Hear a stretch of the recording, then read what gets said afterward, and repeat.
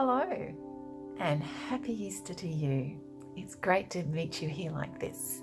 I hope you've had a great Easter Sunday so far and you haven't eaten too many chocolate Easter eggs. Did you know that Easter is just so much more than the Easter bunny and Easter eggs? I want to tell you today about Jesus and what we really celebrate at Easter. And it is the best story ever from the Bible. There are so many great stories in the Bible, but this one I think is the best. You may have heard it before, but if you have, it really is worth hearing again because it is just so wonderful and amazing. Back when Jesus was alive here on earth, he had 12 really special friends. They did everything together. They went places together, did stuff together, and Jesus taught them heaps of things about God, stuff that they didn't know about before. They just loved being with Jesus. It was wonderful. And lots of other people wanted to hear what Jesus had to say too, and they would come from all over just to hear what Jesus had to say. But there were some people who didn't like Jesus and didn't like what he had to say, and they wanted to stop him. Can you imagine that? People not wanting to learn more about God? But these people thought they knew. They knew it all, and they didn't want to hear what Jesus had to say, and they wanted to stop him even talking to other people. And so these people who didn't like Jesus decided they would try and stop Jesus completely. One day, Jesus was with his 12 special friends, and they were in this garden. And the people who didn't like Jesus got some soldiers to come and to take Jesus away. His 12 special friends were really frightened. And one got really angry, so angry that he actually took a sword out and he wanted to hurt people. But Jesus said, no. This has to happen. His special friends were saying, how can this be? We want Jesus to stay with us. We want to learn more about God. But no, Jesus said this has to happen. And so the soldiers took Jesus away. And those soldiers were so cruel and mean to Jesus. They teased him. They said, you reckon you're a king? Oh, well, here's a crown. And they gave him a crown that was made out of these really big, sharp prickles. And they stuck it on his head. And they laughed at him. And they teased him. And then they took him to this man who was a really important man. And they said, well, what are we going to do with him? All these other people want him to stop. What are we going to do? And so this important man said, no, he's got to die. And he's not just going to die. He's going to die this really horrible way. And back then, what they did for people who were really, really bad was they got this big wooden cross and they used to nail their hands onto the cross and nail their feet onto the cross and then stick the cross up. So they were hanging there, hurting. It was terrible. And this man said that's what had to happen to Jesus. Can you imagine how his friends felt? And his mum? Oh, they were so upset. But that's what happened. They put Jesus on this cross. They put those nails into his hands and into his feet, stuck that cross up in the ground, and Jesus was there hanging for a long, long time and hurting.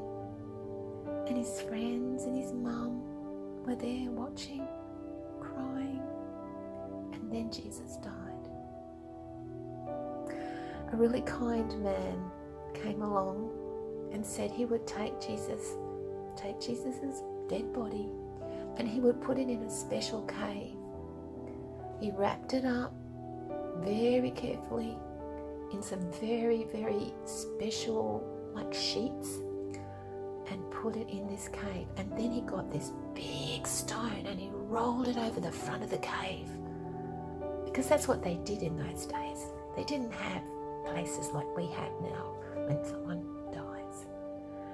And so Jesus' special friends and his mum, they were so upset, they just went home and they cried and they cried and they cried for 3 days. And then after 3 days, they thought that they would go and they would put some perfume on Jesus' dead body, just to show how much they loved him. And so they went to do that. And as they got there, well, as they were walking there, they were saying to each other, well, how are we going to roll that big stone away? It's so heavy. But when they got there, they found that the stone was gone. Well, it was rolled to the side. And some of them got really brave and decided to look inside the cave. And when they looked in there, Jesus wasn't there. But there was someone there. It was an angel. And the angel said, hey, Jesus isn't here. He's alive. And they thought, how can this be? Jesus was dead. We saw him die. How can he be alive? The angel said, he's alive. And one lady who was a friend of Jesus, she was walking there really feeling sad and sort of thinking, oh, they've taken his body. And she bumped into this person, this man here. And she thought he was the gardener. And she said, oh, if you know where they've taken his body, oh, just tell me. And the man that she thought was the gardener looked at her and called her name. And she looked at him. He wasn't a gardener. It was Jesus. And then she knew that Jesus was alive. Oh, how great. And she raced off to tell all his other special friends that he was alive. You know, as I think about that story, I think about lots of different feelings that those people had. When I think about the disciples or the friends, the special friends, they really loved being with Jesus. And when they were learning more and more about God from Jesus, oh, they felt so happy. Then, when they were in the garden and those soldiers came to take Jesus away, they were frightened. They were really scared. They didn't know what to do. And remember, one of Jesus' friends got really angry, got his sword out. He was going to stop these people and hurt them. But Jesus said, no, this has to happen. This is what God wants. It seems so strange. And then when Jesus died and he was on that cross, oh, his friends and his mum were so sad. Oh, it was the saddest thing. And then when they went to that cave 3 days after he had died, oh, he wasn't there. Oh, he was gone. They were really surprised. But then when they found out what had happened, that he was alive again, yes, it was the best news. They were so excited. Yes, Jesus was alive.